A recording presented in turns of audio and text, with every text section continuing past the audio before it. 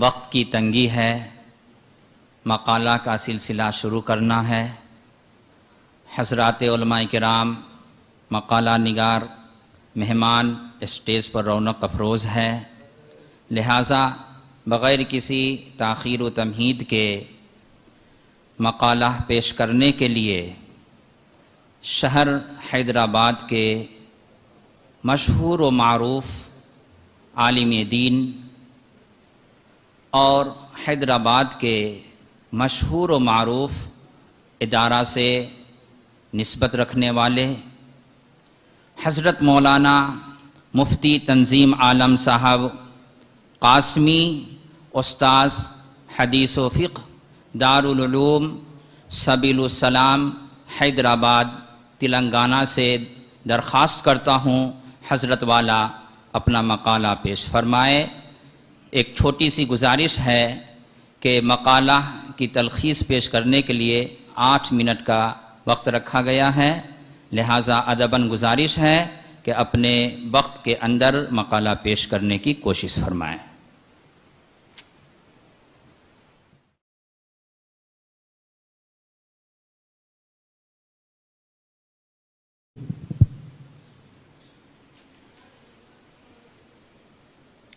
بسم اللہ الرحمن الرحیم،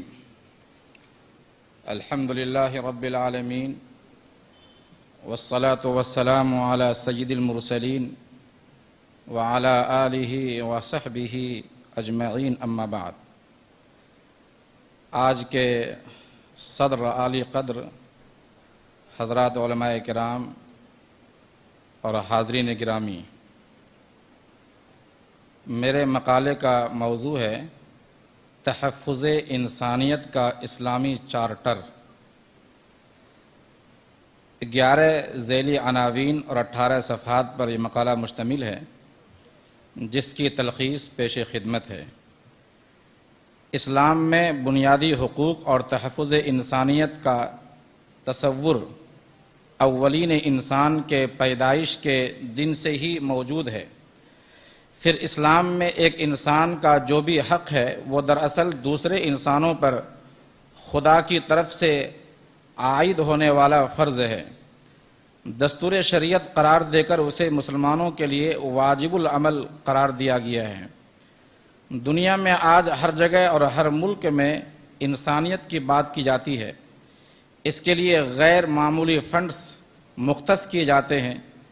جلسے جلوس اور بڑے بڑے سیمینار، سمپوزیم وغیرہ منعقد کیے جاتے ہیں، لیکن تحفظ انسانیت کو کوئی لازمی دفعہ قرار نہیں دیتا۔ یہ صرف اسلام کا امتیاز ہے کہ مضبوط اور مستحکم بنیادوں پر بچپن سے لے کر بڑھاپے تک اور ولادت سے لے کر کے موت تک قدم قدم پر حقوق کے تحفظ اور ان کی پاسداری کا لازمی حکم دیا گیا ہے، اور ایسی تمام سرگرمیوں سے سختی سے روکا گیا ہے جن سے انسانی عظمت کو ٹھیس پہنچتی ہے۔ اسلام کہتا ہے کہ بحیثیت انسان ساری دنیا ایک کنبہ اور ایک خاندان ہے، سب آپس میں بھائی بھائی ہیں، ہر ایک کو جینے کا حق ہے۔ اگر کوئی یہ حق چھینتا ہے تو وہ اسلام کی نظر میں مجرم ہے۔ خطبہ حجۃ الوداع جو در حقیقت تحفظ انسانیت اور حقوق انسانی کا عالمی منشور ہے، اس میں رسول اللہ صلی اللہ علیہ وسلم نے ارشاد فرمایا تھا، لوگو بے شک تمہارا رب ایک ہے اور بے شک تمہارا باپ بھی ایک ہے، تم سب آدم کی اولاد ہو۔ اس ارشاد نبوی پر جب مسلمانوں نے عمل کیا اور شودروں اور دلیتوں کو ساتھ بٹھا کر کھلایا پلایا اور ان کو برابری کا حق دیا، تو ان کو پہلی بار محسوس ہوا کہ ہم بھی کوئی انسان ہیں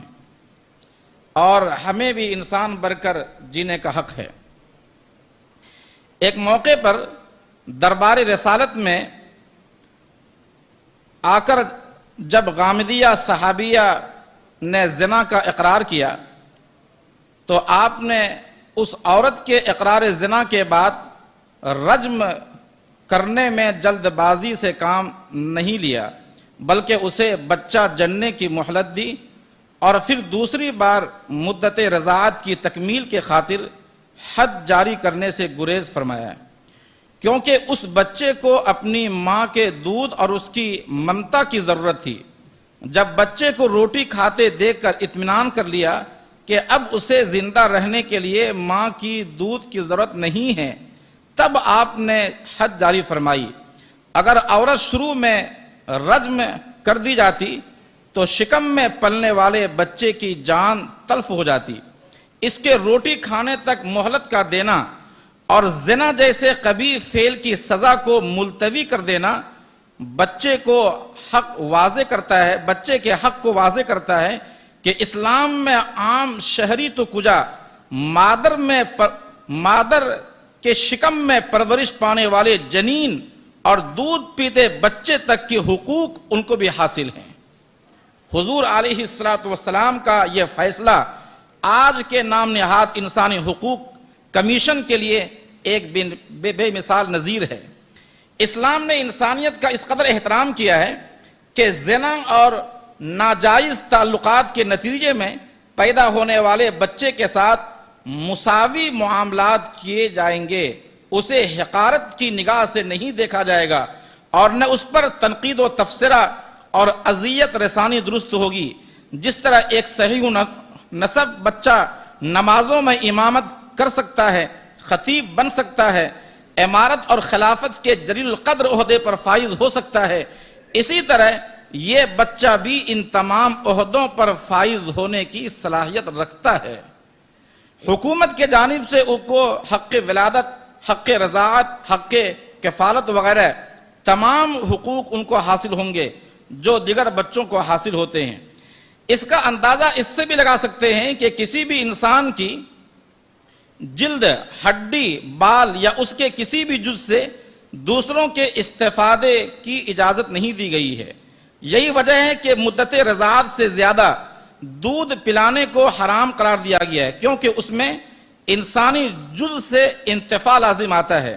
اور اس کی ضرورت عمر کے بڑھنے سے ختم ہو چکی ہوتی ہے، بلکہ ہر اس عمل سے اسلام نے روکا ہے جو انسان کی اشرفیت اور افضلیت کے منافی ہو۔ اگر اسلام انسان کی تکریم و احترام کی تعلیم نہ دیتا تو انسان قابل تکریم اور اشرف المخلوقات ہونے کے بجائے متاع بازار بن کر رہ جاتا اور لوگ اس کے گوشت پوشت سرے بازار بھوک مٹاتے نظر آتے، اس کی ہڈیوں سمیت لوگ بیچ کر کھا جاتے۔ فقہا نے لکھا ہے کہ اگر کسی انسان کا دانت ٹوٹ کر گیہوں میں مل جائے اور پھر اسے پیس کر آٹا بنا دیا جائے تو اس آٹے سے بنی ہوئی روٹی کا کھانا جائز نہیں ہے، اس اندیشے سے کہ کہیں اس میں انسانی جز کا دانت نہ ہو، کوئی دانت کا کوئی ذرہ نہ شامل ہو جائے۔ اس سے کوئی بحث نہیں ہے کہ وہ آدمی مسلم ہے یا غیر مسلم، توحید اس کے سینے میں یا نہیں، وہ اللہ کا فرمانبردار ہے یا گنہگار ہے۔ اس لیے کہ بحیثیت انسان غیر مسلم، کافر اور فاسق و فاجر بھی قابل احترام ہیں۔ علامہ شامی نے اس پر بحث کرتے ہوئے لکھا ہے وَالْآدَمِيُّ مُكَرَّمٌ شَرْعًا وَإِنْ كَانَ كَافِرًا، یعنی آدمی شرعی اعتبار سے محترم ہے خواہ وہ کافری کیوں نہ ہو۔ غیر مسلم عقیدے کے اعتبار سے ناپاک اور ناقابل التفات ہو سکتے ہیں، مگر دوسرا پہلو آدمیت کا ہے، اس لحاظ سے وہ قابل احترام ہیں۔ اسلام میں انسانی جان انتہائی محترم اور بڑی اہمیت کا حامل ہے۔ پوری دنیا میں کسی کو یہ حق حاصل نہیں ہے کہ وہ خواہ مخواہ کسی کی جان کو تلف کرے یا اس کو کلی یا جزوی طور پر نقصان پہنچائے۔ اگر کوئی کسی کا قتل کرتا ہے یا قتل میں تعاون کرتا ہے تو شریعت اسلامی کی نظر میں وہ بڑا مجرم ہے، خواہ وہ وقت کا بادشاہ ہو یا خلیفہ یا کسی بھی بڑے عہدے پر فائز ہو، اس سے قصاص لیا جائے گا، یہاں تک کہ ایک انسان کے قتل میں 1000 لوگ بھی شریک ہوں تو ان تمام کو قصاص میں قتل کر دیا جائے گا، اور اس سلسلے میں کسی کی شفاعت قبول نہیں کی جائے گی۔ جس کو مارا جائے وہ انتہائی غریب اور نادار ہو یا مالدار اور شہزادہ ہو، اس کا تعلق اونچی ذات سے ہو یا نچلی ذات سے، یعنی حسب و نسب کے اعتبار سے وہ کیسا بھی ہو، اس کے بدلے میں قاتل سے بہرحال بدلہ لیا جائے گا۔ گویا اسلام میں انسان کو انسانی جان کا احترام سکھایا ہے اور اسے یہ بتایا ہے کہ اس کائنات میں ہر انسان مساوی طور پر جینے کا حق رکھتا ہے۔ یہ انسانیت کے خلاف ہے کہ ہم خوب کھائیں پئیں، عیش و عشرت کی زندگی ہم گزاریں اور ہمارے پاس پڑوس اور قرب و جوار میں کسی کو پیٹ بھر کر روٹی بھی نصیب نہ ہو۔ ہمارے پاس طرح طرح کے لباس و پوشاک کا ڈھیر ہے، لیکن کچھ لوگ ہیں جن کو ستر عورت چھپانے کے لیے بھی کپڑے میسر نہیں ہیں۔ کسی ضرورت مند اور محتاج شخص کو دیکھ کر دل میں رحم پیدا نہ ہو، قساوت قلبی اور بے رحمی کی بات ہے۔ اسلام نے اپنے پیروکاروں کو ہدایت دی ہے کہ وہ اپنا ہاتھ ہمیشہ کھلا رکھیں، جو بے کس اور پسماندہ ہیں ان کی امداد میں آگے بڑھیں، ان کی تکلیف دور کرنے میں ہاتھ بٹائیں، دوسروں کا درد اپنے سینے میں محسوس کریں، کسی کی غربت پر ہنسنے اور اس کا مذاق اڑانے کے بجائے اس کی غربت کو دور کرنے کی کوشش کریں۔ یہی اسلام ہے اور اسی میں انسانیت کی بقا اور اس کا تحفظ بھی ہے۔ تحفظ انسانیت سے متعلق اسلام نے جو تعلیمات پیش کی ہیں دی ہیں، انہیں مختلف زبانوں میں غیر مسلموں تک پہنچانے اور عملی طور پر یہ بتانے کی ضرورت ہے کہ آج بھی اگر کوئی شخص دنیا میں انسانیت کو زندہ رکھنا چاہتا ہے تو انہیں اسلام کے دامن میں پناہ لینا پڑے گا اور اس کی تعلیمات کو اختیار بہرحال کرنا ہوگا۔ بلا شبہ عالمی سطح پر اس کے نفاذ میں ہی حقوق انسانی کا تحفظ پوشیدہ ہے۔ میں بہت دنوں سے کڑپا اسلامک ویلفیئر سوسائٹی کے بارے میں سنتا تھا اور اسے دیکھنے کی تمنا بھی تھی جامعۃ الصالحات وغیرہ کے سلسلے میں، جو آج پوری ہوئی اور قلبی مسرت کا میں احساس کرتا ہوں۔ میں شکریہ ادا کرتا ہوں کہ اس نے حساس موضوع کو اپنا مسئلہ بنایا ہے، اس کو اٹھایا ہے اور علماء کو اس پر سوچنے کی دعوت دی ہے۔ امید ہے کہ اس کے حوصلہ افزا ثمرات مرتب ہوں گے۔ وما علینا الا البلاغ۔ السلام علیکم ورحمۃ اللہ۔